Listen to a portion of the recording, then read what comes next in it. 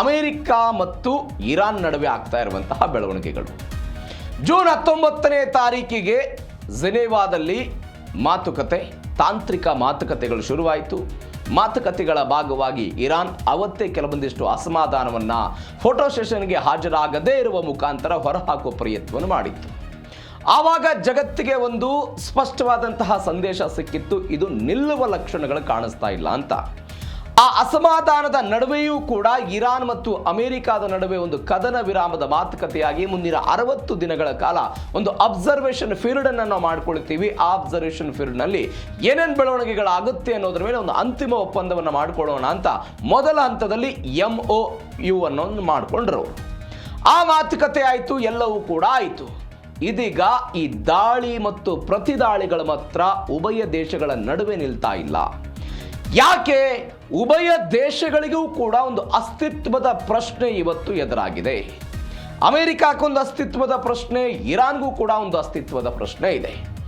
Donald Trump ಹೇಳ್ತಾ ಇದ್ದಾರೆ, ಒಂದು ವೇಳೆ ಇರಾನ್ ಹೀಗೆ ಬಾಲ ಬಿಚ್ತಾ ಹೋಗೋದಾದರೆ ನಾವು ಇರಾನ್ನ ಅಸ್ತಿತ್ವದ ಧಕ್ಕೆ ಮೇಲೆ ಇರಾನ್ನ ಅಸ್ತಿತ್ವಕ್ಕೆ ನಾವು ಧಕ್ಕೆ ತರ್ತೀವಿ ಅಂತ ಟ್ರಂಪ್ ಹೇಳ್ತಾ ಇರೋದು. ಆದರೆ ಇದಕ್ಕೆ ಬಗ್ಗದ ಇರಾನ್ ಕೂಡ ನಾವು ಅಮೆರಿಕದ ವಿರುದ್ಧ ಹೋರಾಟ ಮಾಡ್ತೀವಿ ಅಂತ ಅವ್ರ ಹೇಳಿಕೆಗಳನ್ನು ಕೊಡ್ತಾ ಇದ್ದಾರೆ. ಇದು ಅಮೆರಿಕ ಮತ್ತು ಇರಾನ್ನ ನಡುವೆ ಆಗ್ತಾ ಇರುವಂತಹ ಬೆಳವಣಿಗೆ. ಇದಕ್ಕೆ ಬೆಳವಣಿಗೆಗೆ ಒಮಾನ್ ಕೂಡ ಕಾರಣವಾಗಿದೆ. ಅಮೆರಿಕದ ಜೊತೆಗೆ ಕೈ ಜೋಡಿಸಿ ಹಾರ್ಮುಜ್ಗೆ ಪರ್ಯಾಯವಾಗಿ ಮತ್ತೊಂದು ಜಲಮಾರ್ಗವನ್ನ ತಾತ್ಕಾಲಿಕವಾಗಿ ನಿರ್ಮಾಣ ಮಾಡಿರೋದು ಇರಾನ್ನ ಒಂದು ರೀತಿಯಲ್ಲಿ ಕೆಂಡದಂತೆ ಕುದಿಯುವ ರೀತಿಯಾಗಿ ಮಾಡಿಬಿಟ್ಟಿದೆ. ಹಾಗಾದ್ರೆ ಏನು ಬೆಳವಣಿಗೆ ಆಯಿತು? ಯಾಕೆ ದಾಳಿ ಪ್ರತಿದಾಳಿ ನಡೀತಾ ಇದೆ? ಇದೇ ಮೊದಲ ಸುದ್ದಿ. ಇರಾನ್ ಅಮೆರಿಕ ನಡುವೆ ಅಸ್ತಿತ್ವದ ಪ್ರಶ್ನೆ.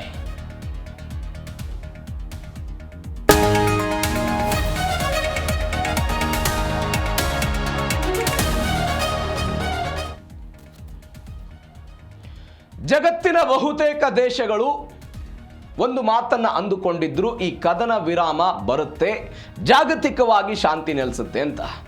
ಆದರೆ ಹೀಗೆ ಅಂದುಕೊಂಡಿದ್ದ ಕನಸು ಇದೀಗ ಕಮರಿ ಹೋಗುವಂತ ಹೊತ್ತು ಬರ್ತಾ ಇದೆ. ಯಾಕೆ ಕಮರಿ ಹೋಗುವ ಹೊತ್ತು? ನಾನು ಅವಾಗಲೇ ಉಲ್ಲೇಖ ಮಾಡಿದ ಹಾಗೆ ಮಾತುಕತೆಗಳ ನಡೆದು ಮಾತುಕತೆಗಳು ಫಲಪ್ರದ ಆಗುತ್ತೆ ಅನ್ನುವಂಥ ನಿರೀಕ್ಷೆಗಳು ಇಲ್ಲ.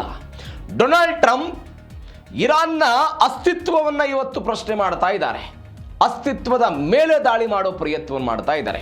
ನೀವು ಗಮನಿಸಬೇಕಾದ ಸಂಗತಿ, ಯಾವ ಇರಾನ್ ಮತ್ತು ಇಸ್ರೇಲ್ ಉಭಯ ದೇಶಗಳ ಅಸ್ತಿತ್ವದ ಬಗ್ಗೆ ಮಾತನಾಡ್ತಾ ಇದ್ರಲ್ಲ, ಇಸ್ರೇಲ್ ಒಂದು ಕ್ಯಾನ್ಸರ್ ಗಡ್ಡೆ, ಯಾವುದೇ ಕಾರಣಕ್ಕೂ ಮಧ್ಯಪ್ರಾಚ್ಯದಲ್ಲಿ ಇರೋದಕ್ಕೆ ಲಾಯಕ್ಕಿಲ್ಲದಂತಹ ದೇಶ ಅಂತ ಇರಾನ್ ಎಲ್ಲ ಮಾತನಾಡ್ತಾ ಇತ್ತು.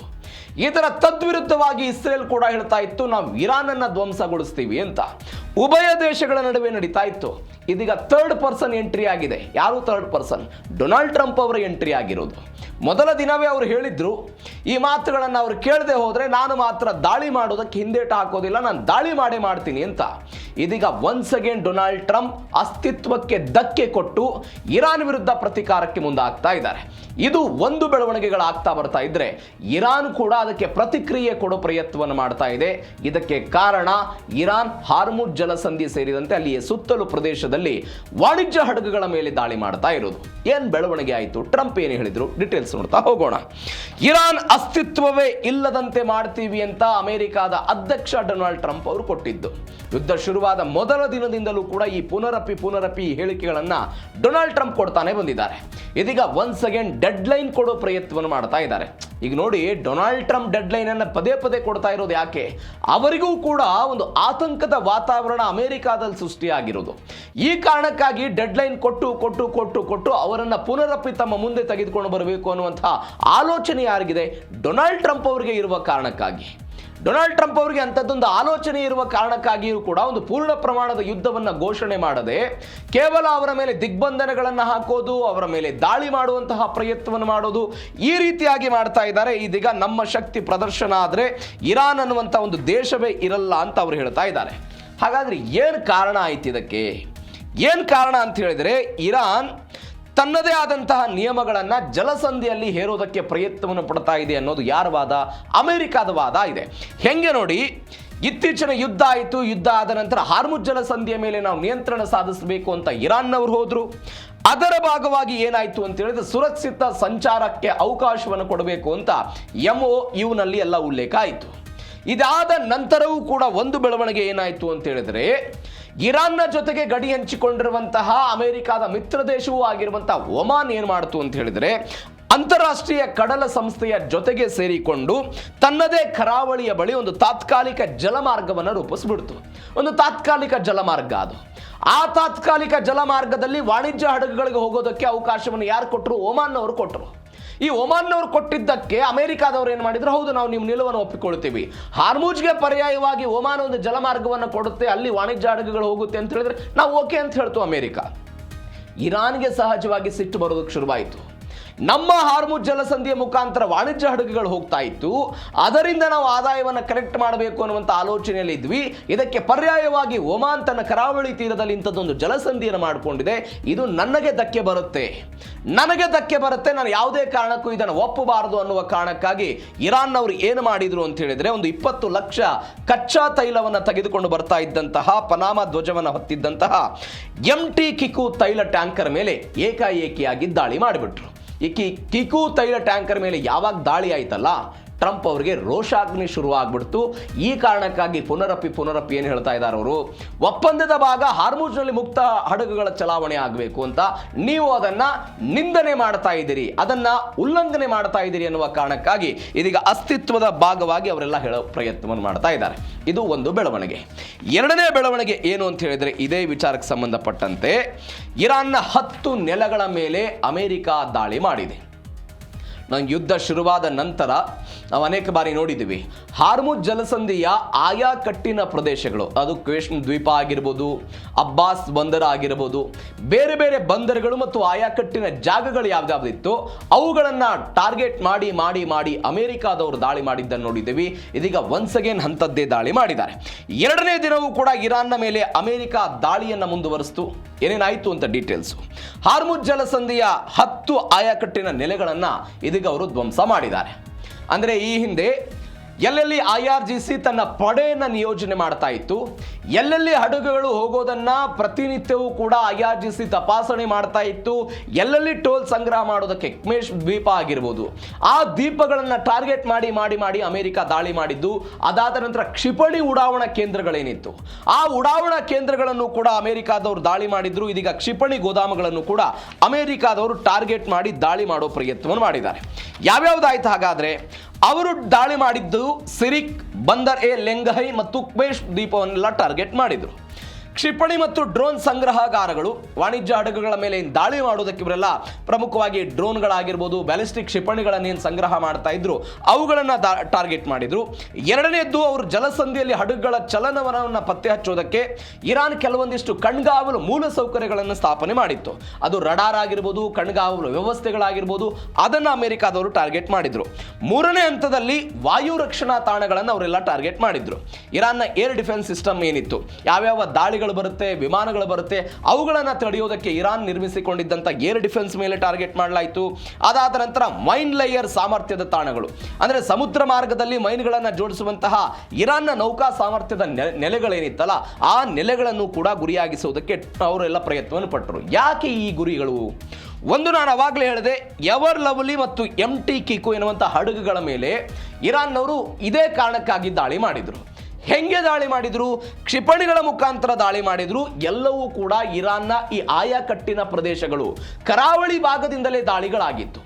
ಯಾವ ಭಾಗದಿಂದ ಇರಾನ್ ಇವತ್ತು ವಾಣಿಜ್ಯ ಹಡಗುಗಳ ಮೇಲೆ ದಾಳಿ ಮಾಡ್ತಾ ಇದೆಯೋ ಅದೇ ಜಾಗಕ್ಕೆ ನಾವು ಪೆಟ್ಟು ಕೊಟ್ಟು ಬಿಟ್ರೆ ಮೂಲಕ್ಕೆ ಪೆಟ್ಟು ಬೀಳುತ್ತೆ ಅನ್ನುವಂತಹ ಆಲೋಚನೆಯ ಭಾಗವಾಗಿ ಅವರೆಲ್ಲವನ್ನು ಕೂಡ ದಾಳಿ ಮಾಡಿದ್ರು. ಒಂದು ಭಾಗ. ಎರಡನೇದ್ದು, ಸುಧಾರಿತ ತಂತ್ರಜ್ಞಾನವನ್ನು ನಾವು ನಾಶ ಮಾಡಬೇಕು. ಅವರ ಬಳಿ ಇರುವಂತಹ ಡ್ರೋನ್ಗಳು, ಅವರ ಬಳಿ ಇರುವಂತಹ ಕ್ಷಿಪಣಿಗಳು, ರಡಾರ್ ವ್ಯವಸ್ಥೆ, ಇವೆಲ್ಲವನ್ನೂ ಕೂಡ ನಾವು ದಾಳಿಯ ಮುಖಾಂತರ ತಡೆದು ಬಿಟ್ರೆ ಮುಂದೆ ಆಗಬಹುದಾದಂತಹ ದಾಳಿಯನ್ನು ತಡೆಯಬಹುದು ಎನ್ನುವಂಥ ಲೆಕ್ಕಾಚಾರ ಆಯಿತು. ಸಿರಿಕನ್ನು ಟಾರ್ಗೆಟ್ ಮಾಡಿದ್ರು. ಅಲ್ಲಿ ಇರಾನ್ನ ಪ್ರಮುಖ ಕ್ಷಿಪಣಿ ಉಡಾವಣಾ ಕೇಂದ್ರ, ಇದು ಡ್ರೋನ್ನ ನಿಯಂತ್ರಣ ಕೇಂದ್ರಗಳಿವೆ. ಅದಾದ ನಂತರ ಬಂದರ್ ಎ ಲೆಂಗಹೈ, ಇದು ಜಲಸಂಧಿಯ ತೀರದಲ್ಲೇ ಇರುವಂತಹ IRGC ನೌಕಾಪಡೆಯ ಒಂದು ಪ್ರಧಾನ ಕಚೇರಿ ಮತ್ತು ಕ್ಷಿಪಣಿ ಸಂಗ್ರಹ ಮಾಡುವಂತಹ ಕೊಠಡಿ ಇವು. ಅದಾದ ನಂತರ ಕ್ವೇಶ್ ದ್ವೀಪನೂ ಕೂಡ ಇವರೆಲ್ಲ ಟಾರ್ಗೆಟ್ ಮಾಡಿದ್ರು. ಹಾರ್ಮುಜ್ ಜಲಸಂಧಿಯ ಮಧ್ಯದಲ್ಲಿರುವಂತಹ ಆಯಾಕಟ್ಟಿನ ಪ್ರದೇಶ ಇದು. ಇದೆಲ್ಲವನ್ನೂ ಕೂಡ ಟಾರ್ಗೆಟ್ ಮಾಡಿ ಇದೀಗ ಅವರು ದಾಳಿ ಮಾಡೋ ಪ್ರಯತ್ನವನ್ನು ಮಾಡಿದ್ದಾರೆ. ಇದು ಒಂದು ಭಾಗ. ಮತ್ತೊಂದು ಕಡೆ ಅಮೆರಿಕಾದ ನೆಲೆಗಳಿಗೆ ನರಕ ದರ್ಶನವನ್ನು ಮಾಡಿರೋದು ನಿಮಗೆಲ್ಲ ನೆನಪಿದೆ. ಇದೇ ಕೇಶುಮ್ ದ್ವೀಪ ಮತ್ತು ಅಬ್ಬಾಸ್ ಬಂದರಿನ ಮೇಲೆ ಯಾವಾಗ ಅಮೆರಿಕ ದಾಳಿ ಮಾಡಿತ್ತು, ಯಾವಲ್ಲಿಯಿಂದ ದಾಳಿ ಮಾಡಿತ್ತು? ಕುವೈತ್ನ ವಾಯುನೆಲೆಯಿಂದ ದಾಳಿ ಮಾಡಿದ್ರು. ಇರಾನ್ನವ್ರು ಏನು ವಾಪಸ್ ಮಾಡಿದ್ರು? ಅದೇ ಕುವೈತ್ ವಾಯುನೆಲೆಯನ್ನು ಟಾರ್ಗೆಟ್ ಮಾಡಿ ಇರಾನ್ನವರು ದಾಳಿ ಮಾಡಿದ್ರು. ಇದೀಗ ಒನ್ಸ್ ಅಗೇನ್ ಅದೇ ಬೆಳವಣಿಗೆ ಆಗಿದೆ. ಅಮೆರಿಕದ ನೆಲೆಗಳಿಗೆ ನರಕದ ದರ್ಶನ ಆಗಿದೆ. ಈ ಯುದ್ಧ ಶುರುವಾದ ನಂತರ ಅಮೆರಿಕದ ಕೆಲ ರಾಜತಾಂತ್ರಿಕರು, ಪ್ರೊಫೆಸರ್ ಹೇಳಿದ ಹಾಗೆ ಇರಾನಿಗೆ ಕೆಲವೊಂದಿಷ್ಟು ಅಸ್ತ್ರಗಳು ಸಿಗ್ತಾ ಹೋಯಿತು. ಅಮೆರಿಕ ನಮ್ಮ ಮೇಲೆ ದಾಳಿ ಮಾಡಿದರೆ ಏನು ಮಾಡೋದು? ಒಂದು, ಪ್ರತಿ ದಾಳಿ ಮಾಡೋದು. ಎರಡನೇದ್ದು, ಹಾರ್ಮುಜ್ ಜಲಸಂಧಿಯನ್ನು ಬಂದ್ ಮಾಡೋದು. ಮೂರನೇದ್ದು, ಮಧ್ಯಪ್ರಾಚ್ಯದ ಬೇರೆ ಬೇರೆ ದೇಶಗಳಲ್ಲಿರುವಂತಹ ಅಮೆರಿಕದ ಸೇನಾ ನೆಲೆಗಳ ಮೇಲೆ ದಾಳಿ ಮಾಡೋದು. ಇದು ಅವರಿಗೆ ಹೆಂಗಾಯಿತು ಅಂತ ಹೇಳಿದ್ರೆ ಸಲೀಸಾಗೋದಕ್ಕೆ ಶುರುವಾಗ್ಬಿಡ್ತು. ನೀವು ದಾಳಿ ಮಾಡ್ತೀರಾ, ನಾವು ಪ್ರತಿ ದಾಳಿ ಮಾಡ್ತೀವಿ ಅಂತ. ಒನ್ಸ್ ಅಗೇನ್ ಹಂತದ್ದೇ ಬೆಳವಣಿಗೆ ಆಗಿದೆ. ಏನು? ಅಮೆರಿಕದ ದಾಳಿಗೆ ಇರಾನ್ನವರು ಭೀಕರ ಪ್ರತೀಕಾರವನ್ನು ತೀರಿಸಿಕೊಂಡರು. ಕುವೈತ್ ಮೇಲೆ, ಬಹರೇನ್ನಲ್ಲಿರುವಂತಹ ಅಮೆರಿಕ ನೆಲೆಗಳಿಗೆ ದಾಳಿ ಮಾಡಿಕೊಡೋ ಪ್ರಯತ್ನವನ್ನು ಮಾಡಿದರು. ಅಂದರೆ ಅಮೆರಿಕಾದಲ್ಲಿ ಒಂದು ವಿಶ್ಲೇಷಣೆ ಆಯಿತು. ನೀವು ಆರ್ಥಿಕ ದಿಗ್ಬಂಧನ ಹೇರ್ತಾ ಇದ್ದೀರಿ, ಅವರ ಮೇಲೆ ನೌಕಾ ದಿಗ್ಬಂಧನವನ್ನು ಹೇರ್ತಾ ಇದ್ದೀರಿ, ಅವರು ಮಾರಿರುವಂತಹ ತೈಲದ ಹಣವನ್ನು ನಮ್ಮ ಬಳಿ ಇಟ್ಟುಕೊಂಡು ಅವರನ್ನು ಆರ್ಥಿಕವಾಗಿ ಕುಗ್ಗಿಸೋ ಪ್ರಯತ್ನವನ್ನು ಮಾಡ್ತಾ ಇದ್ದೀರಿ. ಹೀಗೆ ಕುಗ್ಗಿಸೋದ್ರಿಂದ ಏನಾಗುತ್ತೆ? ಇರಾನ್ ಸಮಗ್ರವಾಗಿ ಒಗ್ಗಟ್ಟಾಗಿ ಅಮೆರಿಕಾದ ವಿರುದ್ಧ ಹೋರಾಟ ಮಾಡೋದಕ್ಕೆ ಪ್ರಯತ್ನವನ್ನು ಪಡುತ್ತೆ. ಅದರ ಒಗ್ಗಟ್ಟಿನ ಹೋರಾಟವೇ ಏನಾಗುತ್ತೆ ಅಂತ ಹೇಳಿದ್ರೆ ಕೆಲವೊಂದಿಷ್ಟು ಅಸ್ತ್ರಗಳನ್ನು ಬಳಕೆ ಮಾಡಿಕೊಂಡು ಈ ರೀತಿಯಾದಂತಹ ದಾಳಿಯನ್ನು ಮಾಡುತ್ತೆ ಅಂತ. ಅದೇ ರೀತಿಯಾಗಿ ಕುವೈತ್, ಬಹರೇನ್ನಲ್ಲಿರುವಂತಹ ಅಮೆರಿಕದ ಮಿಲಿಟರಿ ತಾಣಗಳ ಮೇಲೆ ಬ್ಯಾಲಿಸ್ಟಿಕ್ ಕ್ಷಿಪಣಿ, ಆತ್ಮಹತ್ಯಾ ಡ್ರೋನ್ಗಳನ್ನು ಕೂಡ ನಾವು ದಾಳಿ ಮಾಡಿಕೊಂಡಿದ್ದೇವೆ ಅಂತ IRGC ಎಲ್ಲ ಹೇಳಿದೆ. ಬಹರೇನ್ನಲ್ಲಿರುವಂತಹ US ನೆಲೆ 5ನೇ ಫ್ಲೀಟ್, ಇದರ ಪ್ರಧಾನ ಕಚೇರಿಯನ್ನು ಟಾರ್ಗೆಟ್ ಮಾಡಿದ್ರು. ಕುವೈತ್ನಲ್ಲಿರುವಂಥ ಅಮೆರಿಕದ ಕ್ಯಾಂಪ್ಗಳು, ಅವುಗಳನ್ನು ಎಲ್ಲ ದಾಳಿ ಮಾಡಿದರು. ಮತ್ತೊಂದು ಕಡೆ ಈ ಬೇರೆ ಬೇರೆ ಮಧ್ಯಪ್ರಾಚ್ಯದ ದೇಶಗಳಲ್ಲಿ ಅಮೆರಿಕದ ಪೆಟ್ರಿಯಾಟ್ ವ್ಯವಸ್ಥೆ ಇದೆ. ಆ ಪೆಟ್ರಿಯಾಟ್ ವ್ಯವಸ್ಥೆ ಮುಖಾಂತರ ನಾವು ಹೊಡೆದುರುಳಿಸ್ತಿದ್ದೀವಿ ಅಂತ ಅವರೆಲ್ಲ ಹೇಳ್ತಿದ್ದಾರೆ. ಬಟ್ ಅದು ಏನಾಗುತ್ತೆ ಬೆಳವಣಿಗೆ ಅನ್ನೋದನ್ನು ನೋಡೋಣ. ಆದರೆ ಇದೀಗ ಅಮೆರಿಕದ ಈ ನೆಲೆಗಳ ಮೇಲೆ ದಾಳಿ ಮಾಡೋ ಪ್ರಯತ್ನವನ್ನು ಮಾಡಿದ್ದಾರೆ. ಮತ್ತೊಂದು ಬೆಳವಣಿಗೆ ಏನಾಗಿದೆ ಅಂತ ಹೇಳಿದರೆ, ಒಪ್ಪಂದವಾದ ಮರುದಿನವೇ ಇತ್ತ ಬಾಂಬ್ ಸದ್ದು ಕೇಳಿ ಬಂದಿದೆ. ಇದು ಅಮೆರಿಕ ನೆಲೆಗಳಿಗೆ ನರಕ ದರ್ಶನವನ್ನು ತೋರಿಸಿರುವಂತಹ ಘಟನೆ. ಅಂದರೆ IRGC ಆಗಿರ್ಬೋದು, ಇರಾನ್ ಅವರೆಲ್ಲವೂ ಕೂಡ ಸೇರಿಕೊಂಡು ಈ ರೀತಿಯಾಗಿ ದಾಳಿ ಮಾಡಿದರೆ ನಾವು ಮಧ್ಯಪ್ರಾಚ್ಯದ ದೇಶಗಳ ಮೇಲೆ ಒತ್ತಡ ಹಾಕಿದರೆ ಅವರು ಸಹಜವಾಗಿ ಅಮೆರಿಕದ ಮೇಲೆ ಒತ್ತಡ ಹಾಕ್ತಾರೆ. ಅಮೆರಿಕದ ಒತ್ತಡದಿಂದ ನಮ್ಮ ಮೇಲೆ ಆಗಬಹುದಾದಂಥ ದಾಳಿಯನ್ನು ನಾವು ತಡೆಕೊಳ್ಳಬಹುದು ಎನ್ನುವಂಥ ಆಲೋಚನೆಯ ಭಾಗವಾಗಿ ಇಂಥದ್ದು ದಾಳಿಯನ್ನು ಮಾಡೋ ಪ್ರಯತ್ನವನ್ನು ಮಾಡಿದ್ದಾರೆ. ಆ ಮುಖಾಂತರ ಹಾರ್ಮುಜ್ ಅನ್ನು ತಮ್ಮ ನಿಯಂತ್ರಣಕ್ಕೆ ತೆಗೆದುಕೊಳ್ಳಬೇಕು ಅಂತ ಇರಾನ್ನ ಒಟ್ಟಾರೆ ಲೆಕ್ಕಾಚಾರ. ಇದು ಅಮೆರಿಕ ಮತ್ತು ಇರಾನ್ನ ನಡುವೆ ಆಗಿರುವಂತಹ ಬೆಳವಣಿಗೆ. ಆದರೆ ಅತ್ತ ಇಸ್ರೇಲ್ ಮತ್ತು ಲೆಬನಾನ್ನ ಹೆಜ್ಬುಲ್ಲಾ ಸಂಘಟನೆ, ನೀವು ನೋಡಿ, ಇವತ್ತು 28 ಜೂನ್, ಸರಿಸುಮಾರು 2 ತಿಂಗಳ ಹಿಂದೆ 28 ಏಪ್ರಿಲ್ನಲ್ಲಿ ಅಮೆರಿಕದ ಮಧ್ಯಸ್ಥಿಕೆಯಲ್ಲಿ 2ನೇ ಹಂತದ ಮಾತುಕತೆಗಳಾಗಿತ್ತು. 28, 29ನೇ ತಾರೀಕು ಏಪ್ರಿಲ್ 2026 2ನೇ ಹಂತದ ಮಾತುಕತೆಯಾಗಿತ್ತು. ಅವತ್ತು ಕರೆದು ಬುದ್ಧಿವಾದ ಹೇಳಿ ದಾಳಿಗಳಾಗಬಾರದು ಅಂತೆಲ್ಲ ಹೇಳಾಯಿತು. ಕಳೆದ 2 ತಿಂಗಳ ಅವಧಿಯಲ್ಲಿ 5 ಸುತ್ತಿನ ಮಾತುಕತೆಯಾಗಿದೆ ಅಮೆರಿಕದ ವಾಷಿಂಗ್ಟನ್ನಲ್ಲಿ, ಅಮೆರಿಕದ ಮಧ್ಯಸ್ಥಿಕೆ ಮತ್ತು ಲೆಬನಾನ್ ಸರ್ಕಾರ ಮತ್ತು ಇಸ್ರೇಲ್ನ ರಾಜತಾಂತ್ರಿಕ ನಿಯೋಗದ ನಡುವೆ. ಈ ಒಪ್ಪಂದದ ಭಾಗ ಆಗಿತ್ತಲ್ಲ, ಒಪ್ಪಂದದ ಭಾಗ ಏನು? ಎಲ್ಲ ಹಂತದಲ್ಲೂ ಮತ್ತು ಎಲ್ಲ ಕ್ಷೇತ್ರ ವ್ಯಾಪ್ತಿಗೂ ಕೂಡ ಕದನ ವಿರಾಮ ಅನ್ನೋದು ಇದು ಅಪ್ಲೈ ಆಗುತ್ತೆ ಅಂತ ಇರಾನ್ ಹೇಳಿತ್ತು. ಅದರ ಅರ್ಥ ಇಸ್ರೇಲ್ ಲೆಬನಾನ್ ಮೇಲೆ ದಾಳಿ ಮಾಡ್ತಾ ಇರೋದನ್ನು ಕೂಡ ಸಂಪೂರ್ಣವಾಗಿ ನಿಲ್ಲಿಸಬೇಕು ಅನ್ನೋದಾಗಿತ್ತು. ಆದರೆ ಈ ಒಪ್ಪಂದ ಆದ ಮರುಕ್ಷಣವೇ ದಾಳಿ ಆಗಿಬಿಟ್ಟಿದೆ. ಏನು? ದಕ್ಷಿಣ ಲೆಬನಾನ್ ಮೇಲೆ ಇಸ್ರೇಲ್ ಒಂದು ಭೀಕರ ದಾಳಿಯನ್ನು ನಡೆಸಿದೆ. ಭೀಕರ ದಾಳಿ. ಶಾಂತಿ ಒಪ್ಪಂದಕ್ಕೆ ಸಹಿ ಬಿದ್ದ ಒಂದು 24 ಗಂಟೆಗಳಲ್ಲೇ ಇಂಥದ್ದೊಂದು ದಾಳಿ. ನಾವು ಮೊನ್ನೆ ಒಂದು ಸುದ್ದಿಯನ್ನು ನೋಡಿದ್ವಿ. ಇಷ್ಟು ದಿನಗಳ ಕಾಲ ವಿಶ್ವಸಂಸ್ಥೆಯ ನೇತೃತ್ವದಲ್ಲಿ ಕೆಲ ಕಮಿಟಿಗಳಾಗಿತ್ತು, ಬೇರೆ ಬೇರೆ ದೇಶಗಳ ನಿಯೋಗದ ಕಮಿಟಿಗಳಾಗಿತ್ತು. ಇದೀಗ ಅಮೆರಿಕಾನೂ ಕೂಡ ಒಂದು ಕಮಿಟಿಯನ್ನು ಮಾಡಿದೆ ಲೆಬನಾನ್ ಅನ್ನು ಒಂದು ಮೇಲ್ವಿಚಾರಣೆ ಮಾಡುವುದಕ್ಕೆ ಅಂತ. ಲೆಬನಾನ್ ಮತ್ತು ಇಸ್ರೇಲ್ ನಡುವೆ ಆಗ್ತಾ ಇರುವಂತಹ ಈ ದಾಳಿಗಳು, ಪರಸ್ಪರ ದಾಳಿಗಳನ್ನು ಮೇಲ್ವಿಚಾರಣೆ ಮಾಡೋದಕ್ಕೆ ಒಂದು ನಿಯೋಗವನ್ನು ಮಾಡಿದ್ದಾರೆ. ಅದರಲ್ಲಿ ಇರಾನ್ ಕೂಡ ಇದೆ. ಇರಾನ್ನ ಕೆಲಸ ಏನು ಅಂತ ಹೇಳಿದರೆ ಲೆಬನಾನ್ ಅನ್ನು ನಿಯಂತ್ರಣಕ್ಕೆ ತೆಗೆದುಕೊಳ್ಳೋದು. ಲೆಬನಾನ್ ನಿಯಂತ್ರಣಕ್ಕೆ ತೆಗೆದುಕೊಳ್ಳೋದು ಅಂತ ಹೇಳಿದ್ರೆ ಹೆಜ್ಬುಲ್ಲಾ ಇಸ್ರೇಲ್ನ ಮೇಲೆ ದಾಳಿ ಮಾಡದಂತೆ ನೋಡಿಕೊಳ್ಳೋದು ಯಾರ ಕೆಲಸ ಆಗಿತ್ತು? ಇರಾನ್ನ ಕೆಲಸ ಆಗಿತ್ತು. ಈ ಕಮಿಟಿ ಆದ ನಂತರವೂ ಕೂಡ, ಮೇಲ್ವಿಚಾರಣಾ ಸಮಿತಿ ಆದ ನಂತರವೂ ಕೂಡ ಒನ್ಸ್ ಅಗೇನ್ ಅಮೆರಿಕದ ನೇತೃತ್ವದಲ್ಲಿ ಮಾತುಕತೆ ಆಯಿತು. ಮಾತುಕತೆಯ ನಂತರವೂ ಕೂಡ ಇಂಥದ್ದೊಂದು ಬೆಳವಣಿಗೆ ಆಗಿದೆ. ಏನು ಮಾತುಕತೆಯಾಗಿತ್ತು? ದಕ್ಷಿಣ ಲೆಬನಾನ್ನಲ್ಲಿ ಇಸ್ರೇಲ್ ತನ್ನ ಸೈನ್ಯವನ್ನು ಹಿಂತೆಗೆದುಕೊಳ್ಳಬೇಕು ಅನ್ನೋದು ಮಾತುಕತೆಯ ಭಾಗ. ಎರಡನೇದ್ದು, ಲಿಟಾನಿ ನದಿಯಿಂದ ಹೆಜ್ಬುಲ್ಲಾ ಮುಕ್ತ ವಲಯ ಆಗಬೇಕು ಅಂತ. ಲಿಟಾನಿ ತನಕ ಏನು ಬಂದಿದ್ದಾರೆ ಅದರಿಂದ ವಾಪಸ್ ಹೆಜ್ಬುಲ್ಲಾದವರು ಹೋಗಬೇಕು ಅಂತ. ಅದಾದ ನಂತರ ಮೂರನೇ ಬೆಳವಣಿಗೆ ಏನು? ಲೆಬನಾನ್ನ ಅಧಿಕೃತ ಸೈನ್ಯ ಎಲ್ಲಿ ನಿಯೋಜನೆ ಆಗಬೇಕು? ಬಾರ್ಡರ್ಗಳಲ್ಲಿ ನಿಯೋಜನೆ ಆಗಬೇಕು ಅಂತ ನಾನು ಅನೇಕ ಬಾರಿ ಹೇಳಿದ್ದೇನೆ. ಹೆಜ್ಬುಲ್ಲಾ ಬೇರೆ, ಲೆಬನಾನ್ನ ಅಧಿಕೃತ ಸರ್ಕಾರ ಬೇರೆ ಇದೆ, ಅಧಿಕೃತ ಸೈನ್ಯವೂ ಕೂಡ ಬೇರೆ ಇದೆ. ಈ ಅಧಿಕೃತ ಸೈನ್ಯ ಅದನ್ನು ನೋಡ್ಕೊಳ್ಬೇಕು ಅಂತ ಅಮೆರಿಕ ಮತ್ತು ಫ್ರಾನ್ಸ್ ನೇತೃತ್ವದಲ್ಲಿ ಸಮುದ್ರದ ಕಣ್ಣುಗಾವಲು ಎಲ್ಲವೂ ಕೂಡ ಇರೋದನ್ನು ಆಯಿತು. ಈ ಬೆಳವಣಿಗೆ ಆದ ನಂತರ ಮತ್ತೊಂದು ಬೆಳವಣಿಗೆ ಲೆಬನಾನ್ನಲ್ಲಿ ಆಯಿತು. ಏನು ಬೆಳವಣಿಗೆ? ಲೆಬನಾನ್ ಸರ್ಕಾರ ಇದನ್ನು ಒಪ್ಪಿಕೊಂಡ್ರೂ ಕೂಡ ಹೆಜ್ಬುಲ್ಲಾ ಸಂಘಟನೆಯ ನಾಯಕ ನಯೀಮ್ ಕಾಸೆಮ್ ಅವರೇನು ಮಾಡಿದರು? ವಿರೋಧವನ್ನು ವ್ಯಕ್ತಪಡಿಸಿದರು. ಈ ಒಪ್ಪಂದವನ್ನು ಮಾಡಿಕೊಳ್ಳುವುದರ ಮುಖಾಂತರ ನಾವು ಶರಣಾಗತಿ ಒಪ್ಪಂದವನ್ನು ಮಾಡಿಕೊಳ್ತಾ ಇದ್ದೀವಿ, ಯಾವುದೇ ಕಾರಣಕ್ಕೂ ನಾವು ಶರಣಾಗತಿ ಇಸ್ರೇಲಿಗೆ ಆಗೋದಿಲ್ಲ, ನಮಗೆ ಒಪ್ಪಂದ ಇಲ್ಲ ಅಂತ, ಒಪ್ಪಿಗೆ ಇಲ್ಲ ಅಂತ ಯಾರು ಹೇಳಿದರು? ನಯೀಮ್ ಕಾಸಿಮ್ ಈ ಒಂದು ಹೇಳಿಕೆ ಕೊಟ್ಟರು. ಯಾವಾಗ ನಯೀಮ್ ಕಾಸಿಮ್ ಈ ಹೇಳಿಕೆಯನ್ನು ಕೊಟ್ಟರು, ಇಸ್ರೇಲಿಗೆ ಅಭದ್ರತೆ ಶುರುವಾಯಿತು. ಇದರರ್ಥ ಅಭದ್ರತೆ ಏನು ಅಂತ ಹೇಳಿದ್ರೆ, ಒನ್ಸ್ ಅಗೇನ್ ನಮ್ಮ ಮೇಲೆ ಈ ಹೆಜ್ಬುಲ್ಲಾದವರು ದಾಳಿ ಮಾಡಬಹುದು ಅಂತ ಅವ್ರೇನು ಮಾಡಿದ್ರು, ನಬಾತಿಯಾ, ಅದಾದ ನಂತರ ಡೈರ್ ಸೆರ್ಯಾನ್ ಮತ್ತು ತಬೈ ಎನ್ನುವಂಥ ಒಂದು ಪ್ರದೇಶಗಳನ್ನು ಗುರಿಯಾಗಿಸಿಕೊಂಡು ದಾಳಿ ಮಾಡುವ ಪ್ರಯತ್ನವನ್ನು ಮಾಡಿದರು. ಇದು ಬೆಳವಣಿಗೆ ಆಗಿದ್ದು ಲೆಬನಾನ್ ಮತ್ತು ಇಸ್ರೇಲ್ ನಡುವೆ.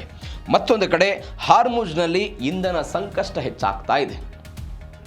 ಮೊನ್ನೆ ಇದೇ ಅಮೆರಿಕ ಮತ್ತು ಇರಾನ್ನ ನಡುವೆ ಮಾತುಕತೆಗಳು ಫಲಪ್ರದ ಆಗ್ತಾ ಇದೆ. ತೈಲದ ಬಿಕ್ಕಟ್ಟು ಶಮನ ಆಗುತ್ತೆ ಅಂತೆಲ್ಲ ನಾವು ಪೆಟ್ರೋಲ್ ಡೀಸೆಲ್ ಬೆಲೆ ಇಳಿಕೆ ಆಗ್ಬೋದು, 3 ರಿಂದ 4 ರೂಪಾಯಿ ಅಂತೆಲ್ಲ ಹೇಳಿದ್ವಿ.